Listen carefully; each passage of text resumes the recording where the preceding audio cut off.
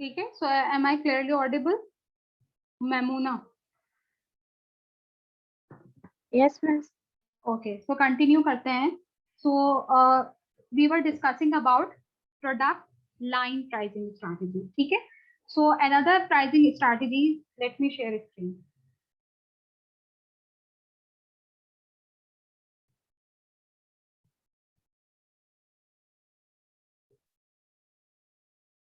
Okay, so within product mix pricing strategy हमने discuss किया product line pricing strategy. So another pricing strategy for product mix is optional product pricing strategy, ठीक है। so what is optional product pricing strategy? बहुत सारी companies ऐसी होती हैं जो जब प्रोडक्ट सेल करती हैं, optional product pricing strategies usually वो कंपनीज यूज करती हैं जो अपनी मेन प्रोडक्ट्स के साथ ऑप्शनल या एसेसरी प्रोडक्ट्स भी सेल करती हैं, ठीक है। For example, okay, so how many participants we have in class now? So again, we were discussing about optional product pricing strategy.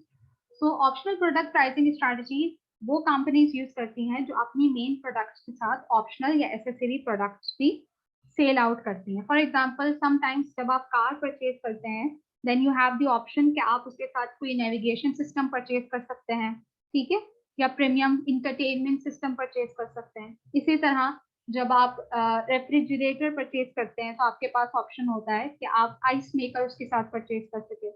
इसी तरह आप जब न्यू कंप्यूटर ऑर्डर करते हैं तो आपके पास ऑप्शन होता है हार्ड ड्राइव्स के लिए या डॉकिंग सिस्टम के लिए या डिफरेंट सॉफ्टवेयर ऑप्शंस होते हैं।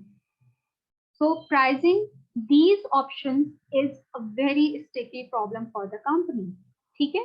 सो company must take into account कि कौन सी ऐसा आइटम है जिसको उन्होंने मेन प्राइस में इंक्लूड करना है और कौन सा ऐसा आइटम है जिसको एज एन ऑप्शन ऑफर करना है। क्योंकि बहुत सारी कंपनीज ऐसी होती हैं कि वो कुछ ऑप्शंस को या कुछ आइटम्स को इंक्लूड कर देती हैं इन दी मेन प्राइस और कुछ आइटम्स को ऑफर करती हैं as an option product. So वो कंपनीज जो optional product pricing strategy use करती हैं, they must take into account optional और एसेसरी प्रोडक्ट्स कि कौन सी प्रोडक्ट्स को उन्हें मेन प्राइस में इंक्लूड करना है और कौन सी प्रोडक्ट्स को एज एन ऑप्शन कस्टमर को ऑफर करना है, ठीक है। So any example from your side? Optional product pricing strategy, आपने कोई ऐसी प्रोडक्ट कभी परचेज की है जिसमें आपके पास ऑप्शंस अवेलेबल हो कि आप इस प्रोडक्ट के साथ इस प्रोडक्ट को भी परचेज कर सकते हैं, इस आइटम को भी परचेज कर सकते हैं? सना? Mobile and protector. हाँ, बिल्कुल सही। सो लाइक वो क्या है, उन्होंने उसको मेन प्राइस में इंक्लूड नहीं किया बल्कि आपको एज एन ऑप्शन ऑफर करें कि इधर आप इसको परचेज कर सकते हैं या आप इसको परचेज नहीं कर सकते, ठीक है। उसके अलावा कोई एग्जांपल किसी के पास?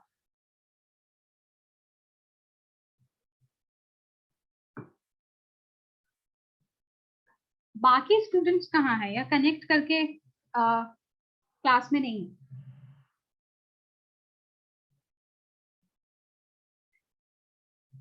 मुबारिका, आप है क्लास में?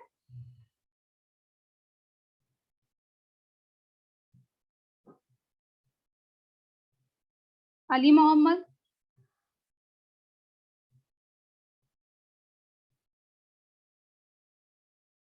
Okay, so class participation is also included in session marks, remember. So another product mix pricing strategy is captive product pricing strategy, ठीक है।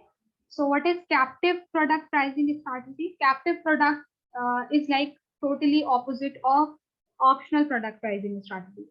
So बहुत सारी ऐसी कंपनीज होती हैं जो ऐसी प्रोडक्ट्स सेल करती हैं जो मेन प्रोडक्ट्स के साथ यूज करनी जरूरी होती है, ठीक है, इसीलिए उनको कैप्टिव प्रोडक्ट्स कहा जाता है। Like some companies make products that must be used along with the main product, जैसे प्रिंटर और कार्ट्रिज है, आप प्रिंटर को बगैर कार्ट्रिज के यूज नहीं कर सकते।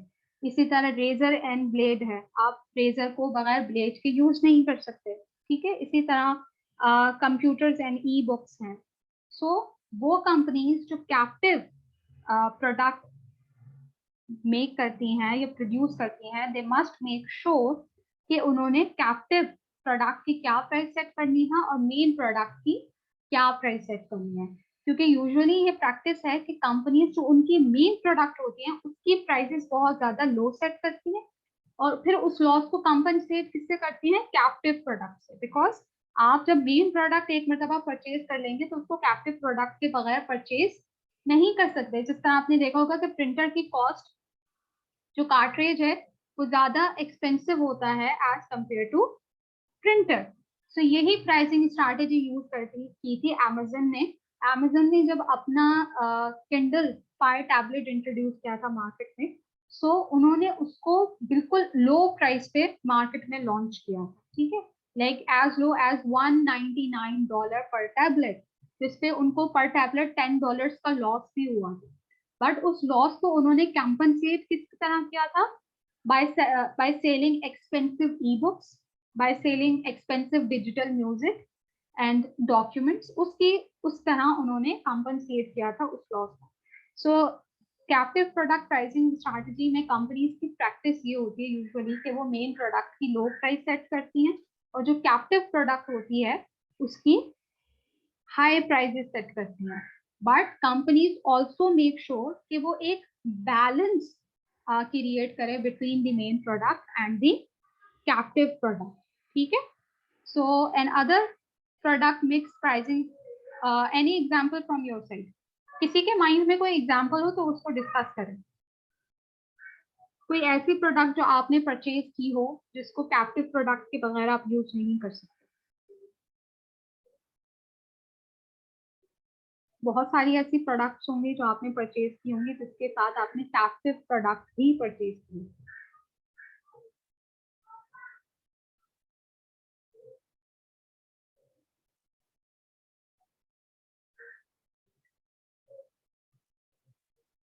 Okay, so another product mix pricing strategy is by product pricing strategy. What is by product? What is by product?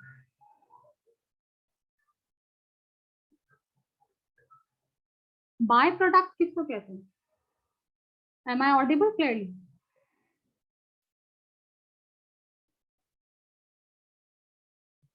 Am I clearly audible? जी ma'am. Okay. What is by product, Sana? Hello. ये आप सबकी concentration किस तरफ है? जब तक मैं किसी को बिल्कुल प्रॉपर नेम के साथ कॉल नहीं कर रही हूँ कोई भी स्टूडेंट रिस्पॉन्ड नहीं कर रहा।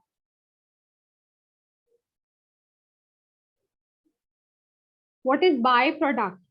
It's not a marketing concept.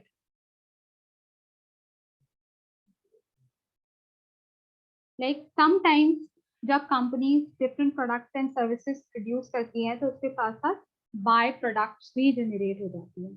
For example जब हम सिट्रस फ्रूट्स को प्रोसेस करते हैं इनटू जूसेस तो उस प्रोसेशन में ऑरेंज और lemon oil as a by product generate होता है। सो यूजुअली बाय प्रोडक्ट्स की ऐसा कोई वैल्यू नहीं होती, तो कंपनी को उसके लिए डिस्पोज करना या रिमूव करना खासा ट्रिकी होता है या कॉस्टली होता है। तो वो कंपनीज जो बाय प्रोडक्ट्स जनरेट करती हैं तो वो उन प्रोडक्ट्स की ऐसी प्राइसेस सेट करती हैं जिससे सिर्फ उनकी कॉस्ट को या जो उसकी स्टोरेज कॉस्ट है उसको कवर किया जा सके। ठीक है, that's called by product pricing. Then you have product bundle pricing. अच्छा, प्रोडक्ट बंडल प्राइसिंग ऐसी प्राइसिंग स्ट्रैटेजी जिसको आप सबने बहुत मरतबा एक्सपीरियंस किया। ठीक है, तो इसमें प्रोडक्ट बंडल प्राइसिंग में कंपनीज क्या करती हैं कि वो बहुत सारी प्रोडक्ट्स को आपस में कंबाइन करके एज अ बंडल ऑफर करती हैं रिड्यूस्ड प्राइस में। जैसे आपने देखा होगा कि फास्ट फूड रेस्टोरेंट्स बहुत सारी डील्स ऑफर करते हैं। वो क्या करते हैं कि बर्गर्स को या फ्रेंच फ्राइज को या चिकन पीसेस को कंबाइन करके एक कॉम्बो कस्टमर्स को ऑफर करते हैं जो कंपैरेटिवली लो प्राइस में होता है. So it's called product bundle pricing strategy. ठीक है. सो प्रोडक्ट मिक्स से रिलेटेड हमने 5 डिफरेंट स्ट्रैटेजीज डिस्कस की. फर्स्ट हमने डिस्कस किया product line pricing strategy. Then we discussed optional product pricing strategy, captive product pricing strategy, by product pricing strategy, and bundle pricing strategy. These all product pricing strategies were related to product mix pricing strategy. ठीक है. Then now we will discuss किस तरह से companies different customers group की basis पे या different situation के basis पे अपनी prices को adjust करती है. ठीक है. लाइक हम अब डिस्कस करेंगे price adjustment strategy. Different situations पे या डिफरेंट कस्टमर ग्रुप की बेसिस पे कंपनीज अपनी प्राइसेस को कंटिन्यूसली मॉडिफाई करती हैं या कंटिन्यूसली एडजस्ट करती है. ठीक है. So we have different types of price adjustment strategy. Like first we have discount and allowance pricing strategy. Discount and allowance pricing strategy, like company क्या करती हैं अपने प्रोडक्ट की प्राइसेस को रिड्यूस कर देती हैं ताकि कस्टमर को एक इंसेंटिव ऑफर किया जा सके, कस्टमर को एक रिवॉर्ड ऑफर किया जा सके. और इसका मेन ऑब्जेक्टिव क्या होता है कि सेल्स वॉल्यूम को इंक्रीज किया जा सके. ठीक है. और ज्यादा से ज्यादा मार्केट शेयर कैप्चर किया जा सके. जैसे आपने देखा होगा अर्ली बर्ड डिस्काउंट. ठीक है. Flat 20% off, independence day sale. What are these? These all are the examples of discount and allowance pricing strategy.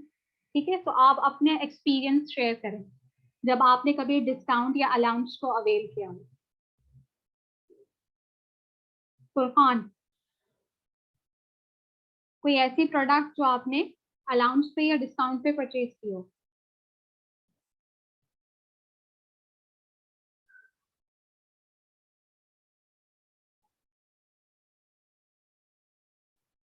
Currently कितने पार्टिसिपेंट्स हैं अभी मीटिंग में?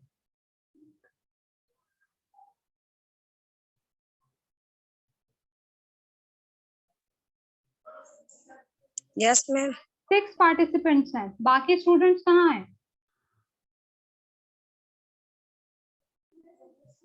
We only have पता नहीं. Sana, Asif, Maimuna, Mohammad Iqbal and Shahzeb. बाकी students को टेक्स्ट करें उन्होंने सेकंड सेशन क्यों ज्वाइन नहीं किया है. मैमूना, आपने कभी डिस्काउंट या अलाउंस को अवेल नहीं किया? सभी जैसे ईद पर वो बाटा के शूज ऑर्डर किए थे तो 20% ऑफ था तो तब किया. ठीक है. ठीक है. So next we have segmented pricing strategy. Okay, wait for a minute.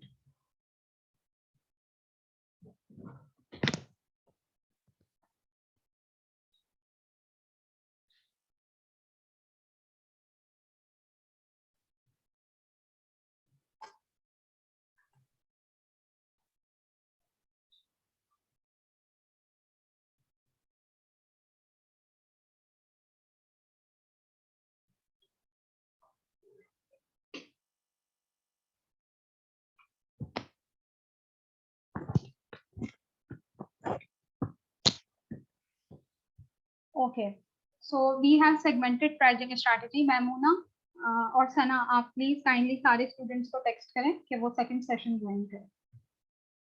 Sir miss message कर दिया है.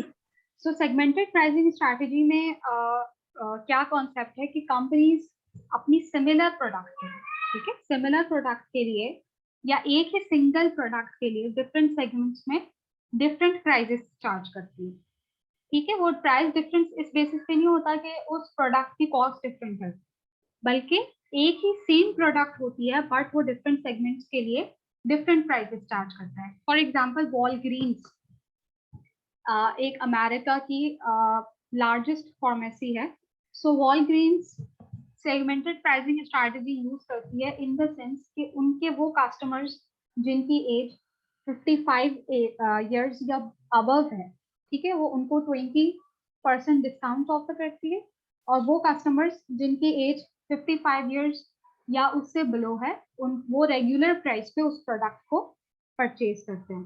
सो सेगमेंटेड प्राइसिंग स्ट्रैटेजी में ये होता है कि different market segments different prices पे करते हैं एक ही सेम प्रोडक्ट की, ठीक है। बट सेगमेंटेड प्राइसिंग स्ट्रैटेजी की डिफरेंट कंसिडरेशंस हैं। लाइक सेगमेंटेड प्राइसिंग स्ट्रैटेजी आप सिर्फ उन सिचुएशंस में यूज कर सकते हैं जब आपके पास मार्केट में डिफरेंट सेगमेंट्स हो और ऐसे डिफरेंट सेगमेंट्स हो जिसको आप इजीली आइडेंटिफाई कर सकें, ठीक है।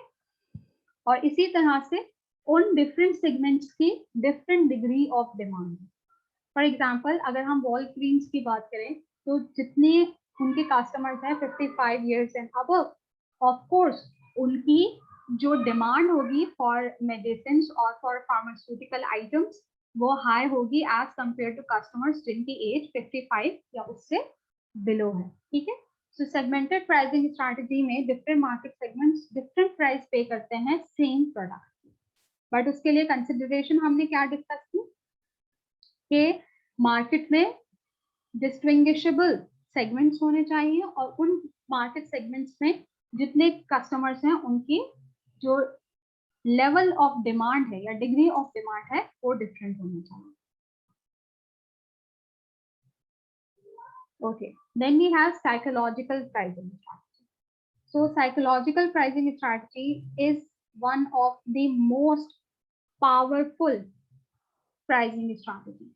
Psychological pricing strategy में कंपनीज कस्टमर की साइकोलॉजी के साथ प्ले करते हैं, ठीक है। कस्टमर की परसेप्शन को यूज करते हैं in setting prices. For example आपने देखा होगा, और let me show you,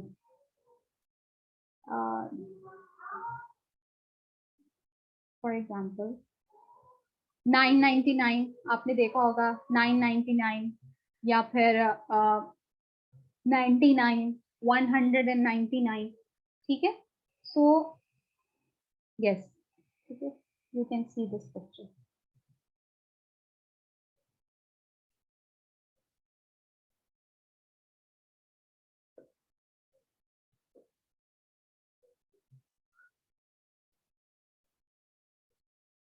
So this is an example of psychological pricing strategy, ठीक है, जिसमें कंपनीज इस तरह से प्राइसेस सेट करती हैं ताकि वो कस्टमर की साइकोलॉजी को इन्फ्लुएंस कर सके, because 99 is less than 100, although सिर्फ कितना डिफरेंस है, 1 रुपी का डिफरेंस है, but this little difference makes a huge difference in customer mind. Calculation में या लाइक जब आप उसको फर्स्ट टाइम उस प्राइस को देखते हैं तो आपके माइंड में 99 आता है विच इज लेस देन 100, ठीक है। ऑल्दो कभी ऐसा होता है कि जो शॉपकीपर्स होते हैं वो आपको 1 रुपया एक्सचेंज में वापस भी नहीं करते, बट आप खुश होते हैं कि आपने 99 में उस प्रोडक्ट को परचेज किया है instead of 100। So that's called psychological pricing strategy, जिसमें कंपनीज ऐसी प्राइसेस सेट करती हैं जो कस्टमर की साइकोलॉजी को इन्फ्लुएंस करती है। जैसे बहुत सारे ब्रांड्स हैं, जैसे अभी मुस्कान बाटा की बात करी थी, Bata usually psychological pricing strategy use करता है। इसके अलावा भी बहुत सारे ब्रांड्स हैं जो साइकोलॉजिकल प्राइसिंग स्ट्रैटेजी यूज करते हैं। So how many students we have in class right now? Mohammad Umair, आपने कोई ऐसी प्रोडक्ट परचेज की है जिन्होंने साइकोलॉजिकल प्राइसिंग स्ट्रैटेजी पे? नो मैम, तो कोई ऐसी नहीं की। ये तो पॉसिबल नहीं है क्योंकि हम तो बहुत सारी ऐसी प्रोडक्ट्स परचेज करते हैं। इसके अलावा कोई स्टूडेंट? यस मैम, डेजर्ट में तो जूलीज में तो यही होता है, 45 का होता है, 75 का होता है, 99 का होता है, ऐसी होती है। इसके अलावा भी बहुत सारी कंपनीज हैं, जैसे बहुत ज्यादा अपैरल ब्रांड्स भी इसको यूज करते हैं, ठीक है, या फिर बहुत सारे परफ्यूम ब्रांड्स हैं, या इवन आपके जो कन्फेक्शनरी ब्रांड्स हैं या कटलरी ब्रांड्स हैं वो भी इस प्राइसिंग स्ट्रैटेजी को यूज करते हैं, ठीक है। So then we have reference pricing strategy. अच्छा, रेफरेंस प्राइसेस क्या, कौन सी प्राइसेस होती हैं? वो प्राइसेस जो कस्टमर अपने माइंड में कैरी करता है and they refer to when they look at a given product. For example, अगर मैं आपसे ये पूछूं कि एक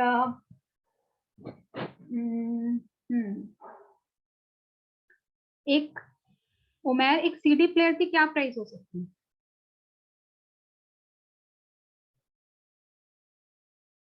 उमैर, जी मैम। एक सीडी प्लेयर की क्या प्राइस होगी? सीडी प्लेयर की हाँ। होगी तकरीबन 500-600। मैंने यूज नहीं किया था ना, ये भी 500 शायद से? 1000 तक। अच्छा, 1000। और इसके अलावा सद्दाम, क्या प्राइसेस हो सकती है? Yes ma'am. एक सीडी प्लेयर की क्या प्राइस हो सकती मैम मैम अंदाजन कुछ 1000 से 1500 है? ठीक है, सो ये वो प्राइस है जो आपके माइंड में है, ऐसा नहीं है कि आपने कल सीडी प्लेयर परचेज किया। ठीक है, तो ये वो प्राइसेस होती हैं जो आपके माइंड में होती हैं और आप उसको एज अ रेफरेंस यूज करते हैं। फॉर एग्जाम्पल, अच्छा, ये रेफरेंस प्राइसेस आप बिल्ड किस तरह से करते हैं? हो सकता है कि आपका पास्ट एक्सपीरियंस हो उन प्रोडक्ट्स को परचेज करने के लिए, ठीक है, या आपने करंटली उनकी प्राइसेस चेक की हो, या जो करंट सिचुएशन है उसके हिसाब से आपने मुझे एक रेफरेंस प्राइस बता दी। जैसे मैंने आपसे पूछा तो आपने कहा इसकी प्राइस 1000 से 1500 के बिटवीन होगी। फॉर एग्जाम्पल, जैसे मैंने लास्ट ईयर सैंडविच मेकर लिया था जिसकी प्राइस 5999 थी। ठीक है, अब हो सकता है उसकी प्राइस डिफरेंट हो, बट मेरे माइंड में उसकी रेफरेंस प्राइस क्या है, वो किस पे बेस करी है? जो पास्ट मेरा उसका परचेजिंग एक्सपीरियंस है। सो क्लियर हुआ what is reference prices? Yes, miss. Okay, yes ma'am. Okay. So pricing का कॉन्सेप्ट वैसे भी बहुत इंटरेस्टिंग है। सो आप जब आप अपना प्रोजेक्ट भी करेंगे तो आपको ये बताना होगा कि आपकी कंपनी, जो आपने कंपनी सिलेक्ट की है, वो कौन सी प्राइसिंग स्ट्रैटेजी यूज कर रही है। ठीक है, सो मिस, अनदर, जी, सेगमेंटेशन प्राइसिंग में क्या होता है? अभी इतना डिटेल में मैंने बताया। सेगमेंटेशन प्राइसिंग स्ट्रैटेजी में कंपनी डिफरेंट मार्केट सेगमेंट से डिफरेंट प्राइसेस चार्ज करता है सेम प्रोडक्ट। ठीक है, फॉर एग्जाम्पल, जैसे हमने वॉलग्रीन्स की एग्जाम्पल डिस्कस की, वॉलग्रीन्स की जो मेडिसिन है या फार्मास्यूटिकल आइटम्स हैं वो सेम है, बट वो डिफरेंट मार्केट सेगमेंट से उनके डिफरेंट प्राइस रिसीव कर रहे हैं। उनके वो कस्टमर्स जिनकी एज 55 इयर्स या अबव है वो 20% डिस्काउंट के साथ उन प्रोडक्ट्स को परचेज करते हैं, और वो कस्टमर्स जिनकी एज 55 इयर्स से बिलो है वो उसको रेगुलर प्राइस पे परचेज करते हैं। ठीक है, सो सेगमेंटेड प्राइसिंग स्ट्रैटेजी में कंसिडरेशन क्या है कि सिर्फ कंपनीज उस वक्त सेगमेंटेड प्राइसिंग स्ट्रैटेजी यूज कर सकती हैं जब मार्केट में क्लियरली सेगमेंट्स हैं और उन सेगमेंट्स के डिफरेंट डिग्री ऑफ डिमांड है। जैसे अभी हमने डिस्कस किया कि जो 55 इयर्स का उनका सेगमेंट होगा, ऑफ कोर्स उसकी डिमांड ज्यादा होगी फार्मास्यूटिकल आइटम्स के लिए as compare to the market segment जिनकी एज 55 इयर्स से बिलो है। ठीक है, क्लियर हुआ था ना? Yes ma'am. ठीक है, अब हमारे पास एक प्रमोशनल, मैम एक सवाल है। जी जी, ठीक है। मैम साइकोलॉजिकल प्राइसिंग से रिलेटेड, जैसा कि आपने अभी कहा कि कंपनी अक्सर प्राइसेस अपनी ऐसी सेट करती है कि कस्टमर को लगता है कि उन्होंने कुछ सेव कर लिया। तो मैम अगर साइकोलॉजिकल प्राइसिंग के लिहाज से देखा जाए तो company deliberately on purpose pricing अपनी बढ़ा भी सकती है ताकि कस्टमर को इस चीज का एहसास हो जाए कि उसकी चीज आपकी आवाज यही बीच में कंपनी ब्रेक हो रही है, आपकी आवाज बीच में ब्रेक हो रही है, दोबारा से रिपीट करें। मैम अभी आवाज क्लियर है? हाँ, क्लियर है। मैम जैसे कि आपने साइकोलॉजिकल प्राइसिंग में बताया था कि अक्सर कंपनी प्राइसिंग ऐसी सेट करती है कि कस्टमर को एक फीलिंग होती है कि उन्होंने कुछ सेव किया है। हाँ, तो कंपनी ऐसे भी तो कर सकती है ना कि प्राइसेस डिलीबरेटली ऑन पर्पस बढ़ा दें ताकि कस्टमर को लगे कि there is something special in it, कि वो भी इसमें भी माइंड गेन किया जा सकता है। देखिए प्राइसिंग बढ़ा भी तो सकती है कंपनी अगर देखिए, अभी तक मुझे आपका जो क्वेश्चन समझ आया आपकी आवाज से, आप ये कह रहे हैं कि कंपनीज अपनी प्रोडक्ट के प्राइसेस इंक्रीज भी कर सकते हैं ताकि कस्टमर को ये लगे कि उन्होंने ज्यादा वैल्यू प्रोडक्ट परचेज किया, यही पूछना चाह रहे हैं आप? Exactly. Yes ma'am, exactly. Okay, जैसे अभी हमने बार बार क्यों मोबाइल की एग्जांपल डिस्कस की, आपके ख्याल में जब उन्होंने अपनी प्राइसेस इंक्रीज की तो कस्टमर ने ये माइंड में परसीव किया कि इस मोबाइल फोन में कुछ स्पेशल है? क्यों मोबाइल से तो वाकफियत बहुत है ना। फॉर एग्जांपल नहीं, कभी देखें। मान लें कि आप कोई नई प्रोडक्ट खरीदेंगे। फॉर एग्जाम्पल अगर मैं बाटा की ही बात करूं तो बाटा की जो ब्रांड इमेज है वो एक रेगुलर ब्रांड की, ठीक है। तो अगर बाटा की फॉर एग्जांपल एक शू है बाटा का 2099, उसके एवरेज यही प्राइसेस होती है 2099, तो अगर वो उसकी प्राइस 5099 कर देंगे तो कस्टमर उसको परचेज ही नहीं करेगा, बिकॉज कस्टमर के उसके लिए वैल्यू ही इतनी नहीं है। आपके बाटा के कोई शूज 5000 के परचेज करेंगे, 6000 के परचेज करेंगे? आप ये नहीं सोचेंगे, बिकॉज बाटा जो प्राइसिंग स्ट्रैटेजी एक डेकेड से फॉलो कर रहा है, सो अगर वो अपनी प्राइसेस को इतना इंस्टेंटली हाई कर देंगे और कस्टमर को एक इंश्योर करवाएंगे कि that there is something different in it, so it will not be influential, customer उसको एक्सेप्ट नहीं करेंगे, ठीक है। साइकोलॉजिकल प्राइसिंग स्ट्रैटेजी क्या है? इंस्टेंटली कस्टमर को एक तो अट्रैक्ट करती है और कस्टमर को एक श्योरेंस देती है कि आपने कुछ सेव किया है, इधर वो एक सिंगल रुपए। Okay, so we have promotional pricing strategy. Promotional pricing strategy में कंपनीज अपनी प्रोडक्ट की प्राइसेस को टेम्पररी रिड्यूस कर देती हैं लिस्ट प्राइस से भी कम, यानी किसी अगर प्रोडक्ट की जो लिस्ट प्राइस होती है कंपनी उससे भी कम अपनी प्रोडक्ट की प्राइसेस सेट कर देती हैं टेम्पररीली, ठीक है, परमानेंटली नहीं, टेम्पररी। और उनका ऑब्जेक्टिव क्या होता है कि शॉर्ट टर्म में सेल्स को इंक्रीज किया जा सके और कस्टमर्स को कैप्चर किया जा सके। Again it's a kind of discount and allowance, जिसमें कंपनी क्या करती है अपनी प्राइसेस को रिड्यूस कर देते हैं ताकि कस्टमर को इंसेंटिव्स प्रोवाइड किया जा सके, ठीक है।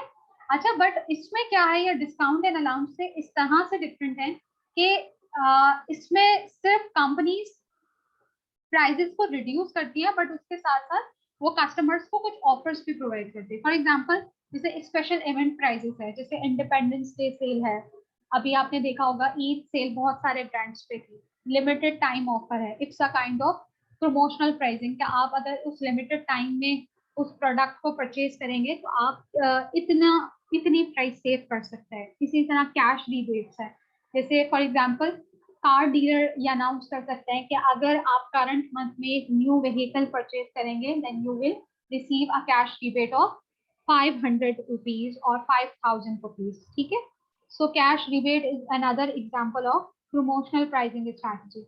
इसी तरह लो इंटरेस्ट फाइनेंसिंग है, या अगर आप अपनी प्रोडक्ट की वारंटीज को एक्सटेंड कर देते हैं या कस्टमर को फ्री मेंटेनेंस ऑफर करते हैं, so these all are the examples of promotional pricing strategy.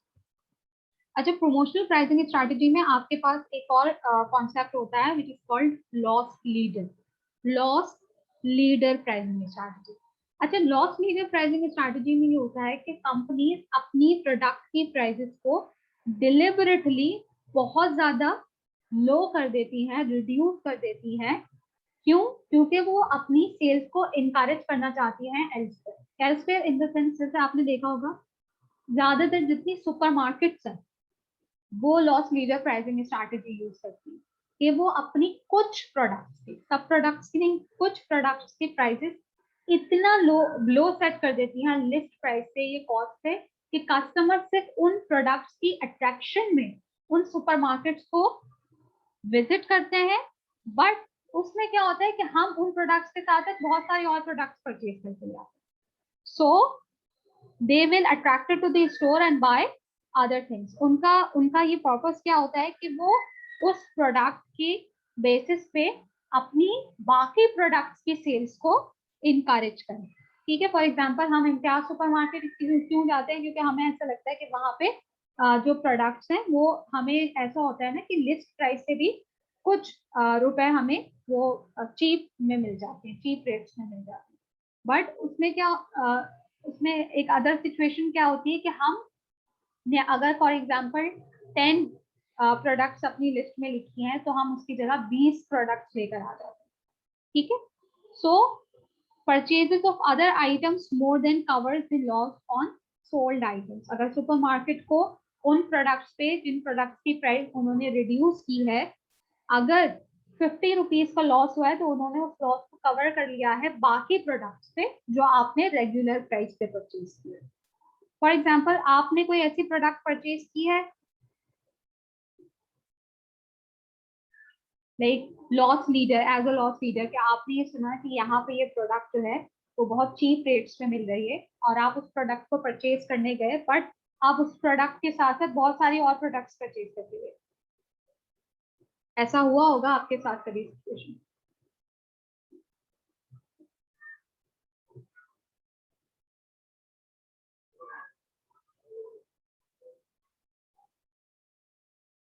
Shahzeb, आपने इतनी लेट क्लास में ज्वाइन की?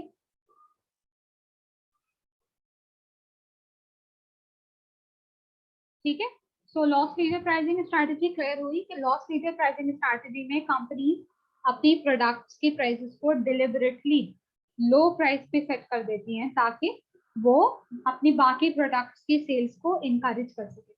जैसे हम ये कह सकते हैं कि कंपनीज उन प्रोडक्ट के बेसिस पे अपना सारा स्टोर जो है वो खाली करवा देती है। ठीक है, अच्छा एक और प्राइसिंग स्ट्रैटेजी है जो आपकी स्लाइड्स में मेंशन नहीं है, but it's called predatory pricing strategy. ठीक है, predatory pricing strategy. So what is predatory pricing strategy? Predatory pricing strategy को हम डिस्ट्रॉयर प्राइसिंग स्ट्रैटेजी भी कहते हैं। अच्छा, डिस्ट्रॉयर प्राइसिंग स्ट्रैटेजी या प्रेडेटरी प्राइसिंग स्ट्रैटेजी में कंपनीज डिलिबरेटली अपनी प्रोडक्ट की प्राइसेस को रिड्यूस कर देती हैं, प्राइस कट्स ऑफर करती हैं, बट उनका यहाँ पे पर्पस क्या होता है? पर्पस यहाँ पे टोटली डिफरेंट होता है। कंपनी का पर्पस क्या होता है कि उसके जितने राइवल्स हैं या जितने कंपैटिटर्स हैं वो उनको मार्केट से आउट कर दे। लाइक वो अपनी प्रोडक्ट्स को इतना डिलिबरेटली लो प्राइस पे सेल करते हैं ताकि कस्टमर्स किसी कंपैटिटर की प्रोडक्ट को परचेज ही ना कर सके। ठीक है, ज्यादातर उनका ऑब्जेक्टिव क्या होता है कंपनीज का कि जितने स्मॉलर फर्म्स हैं या वीकर प्लेयर्स हैं उनको मार्केट से आउट कर दे, या जितने न्यू एंट्रेंट्स हैं जो मार्केट में एंटर होना चाह रहे हैं उनको प्रिवेंट कर दे मार्केट में एंटर होने से with the help of this predatory price, कि वो प्राइस को इतना ब्लो सेट कर देते हैं कि कोई भी कंपैटिटर्स उनसे compete नहीं कर पाता। फॉर एग्जाम्पल, इसको एक एग्जाम्पल से हम डिस्कस करते हैं। आप सब ने नेस्ले योगर्ट यूज की होगी, किस किसने नेस्ले योगर्ट यूज की? नेस्ले योगर्ट, नेस्ले योगर्ट किसने यूज किया? किसी ने भी यूज नहीं किया? Saddam? Yes ma'am, Nestle ma'am loose yogurt? Yogurt use कर सकते हैं। अच्छा ठीक है, और लेकिन आप सबको पता है कि नेस्ले की योगर्ट आती है, राइट? Yes ma'am. ठीक है, सो नेस्ले ने जब अपनी योगर्ट मार्केट में इंट्रोड्यूस की, फ्लेवर्ड योगर्ट आई थिंक, तो उससे पहले मार्केट में सिर्फ हलीब की योगर्ट, ठीक है, सिर्फ हलीब की योगर्ट आती थी।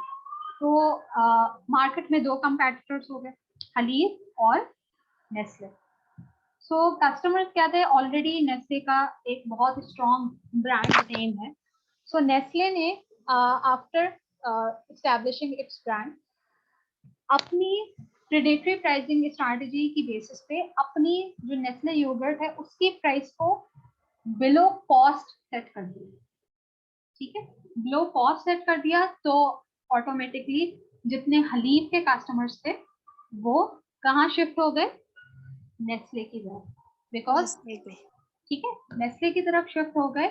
और इससे क्या हुआ कि हलीब, हालांकि हलीब कोई वीकर प्लेयर नहीं था, हलीब की सेल्स इतनी बुरी तरह डैमेज हुई कि उनको लॉस होने लगा और उन्होंने जो अपनी योगर्ट की प्रोडक्शन थी वो खत्म कर दी। योगर्ट उन्होंने जो उनका पोर्टफोलियो में जो उनका SBU था उन्होंने उसको रिमूव कर दिया फ्रॉम दी पोर्टफोलियो, और अब मार्केट में अगेन सिर्फ एक प्लेयर था और वो कौन था? नेस्ले। और नेस्ले ने जब कंपैटिटर को मार्केट से आउट कर दिया उसके बाद अपनी योगर्ट की प्राइसेस जो रेगुलर प्राइस थी उस पे, तो क्या हुआ इससे? प्रेडेटरी प्राइसेस के थ्रू उन्होंने अपने कंपैटिटर को फोर्स किया कि वो मार्केट से एग्जिट कर लें, और उसके बाद उन्होंने उस लॉस को किस तरह से कवर किया कि दोबारा अपनी जो नेस्ले योगर्ट थी उसकी रेगुलर प्राइसेस सेट, बट जो प्रेडेटरी प्राइसिंग स्ट्रैटेजी है वो या डिस्ट्रॉयर प्राइसिंग स्ट्रैटेजी है, ये इलीगल, ठीक है, ये एंटी कंपैटिटिव है, बिकॉज ये कंपटीशन को सपोर्ट नहीं करती बल्कि कंपटीशन को डिस्ट्रॉय करती है। दैट्स व्हाई ये एक इलीगल प्राइसिंग स्ट्रैटेजी है, और जब तक कोई कंपनी इसको प्रूव ना कर सके वो प्रेडेटरी प्राइसिंग स्ट्रैटेजी को यूज नहीं कर सकता, ठीक है।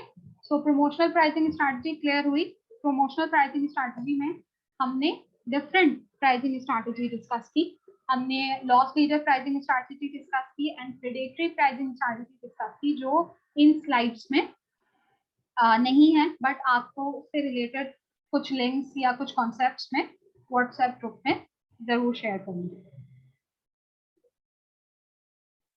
ओके, अच्छा, हमने प्राइसिंग स्ट्रैटेजीज डिस्कस की।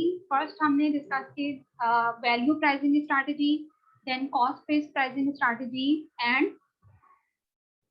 We discussed competitor pricing strategy, ठीक है। फिर हमने new product pricing strategies discuss की, जिसमें हमने पेनिट्रेटिंग प्राइसिंग स्ट्रैटेजी और स्किमिंग प्राइसिंग स्ट्रैटेजीज डिस्कस की। देन हमने product mix pricing strategies discuss की, जिसमें हमने टोटल 5 स्ट्रैटेजीज डिस्कस की थी, जिनका पर्पस क्या था कि हम टोटल प्रोडक्ट मिक्स के प्रॉफिट को मैक्सिमाइज कर सकें। जिसमें हमने product line pricing strategy discuss की, optional product pricing strategy discuss की, captive, by product and bundle pricing strategy. इसके बाद हमने different price adjustment strategy discuss की, कि किस तरह से कंपनीज डिफरेंट सिचुएशन के बेसिस पे या डिफरेंट कस्टमर ग्रुप की बेसिस पे अपनी प्राइसेस को एडजस्ट करती हैं। अब हम प्राइसिंग स्ट्रैटेजी डिस्कस करेंगे, वो है geographical pricing strategy. Geographical pricing strategy में हम ये डिस्कस करेंगे कि किस तरह डिफरेंट ज्योग्राफिक लोकेशंस पे या ज्योग्राफिक पोर्शंस पे कंपनीज कितनी डिफरेंट प्राइसिंग स्ट्रैटेजीज यूज कर सकती है, ठीक है। So within geographical pricing strategies we have different options, FOB pricing strategy, uniform delivered pricing strategy, ठीक है, zone pricing strategy and basing point pricing strategy. So what is FOB origin pricing strategy? FOB basically stands for free on board pricing strategy, ठीक है। So free on board pricing strategy में simply क्या होता है, it's a kind of geographical pricing strategy जिसमें company goods को या products को board पे freely ship करती है, ठीक है, फ्रीली शिप करती हैं। That's why it's called free on board pricing strategy. और जो गुड्स के टाइटल है, ये रिस्पॉन्सिबिलिटी है, वो डायरेक्टली कस्टमर को अलॉट कर दी जाती है या असाइन की जाती है, और कस्टमर कौन सी सिर्फ प्राइस पे करता है, सिर्फ फैक्ट्री से डेस्टिनेशन तक की प्राइस, ठीक है। Like free on board pricing strategy में प्रोडक्ट्स फ्रीली बोर्ड पे शिप की जाती हैं और कस्टमर को रिस्पॉन्सिबिलिटी या पोजीशन अलॉट कर दी जाती है, और कस्टमर सिर्फ कौन सी प्राइस पे करता है, सिर्फ फैक्ट्री से जो उसकी फाइनल डेस्टिनेशन होती है, ठीक है। It's a kind of B2B pricing strategy. Then you have uniform delivered pricing strategy. अच्छा, uniform delivered pricing strategy is totally opposite of free on board pricing strategy. अच्छा, यूनिफॉर्म डिलीवर्ड प्राइसिंग स्ट्रैटेजी में companies क्या करती हैं कि जो same product की price है उसके साथ साथ वो फ्रेट चार्जेस भी इंक्लूड कर देती हैं regardless of the customer location.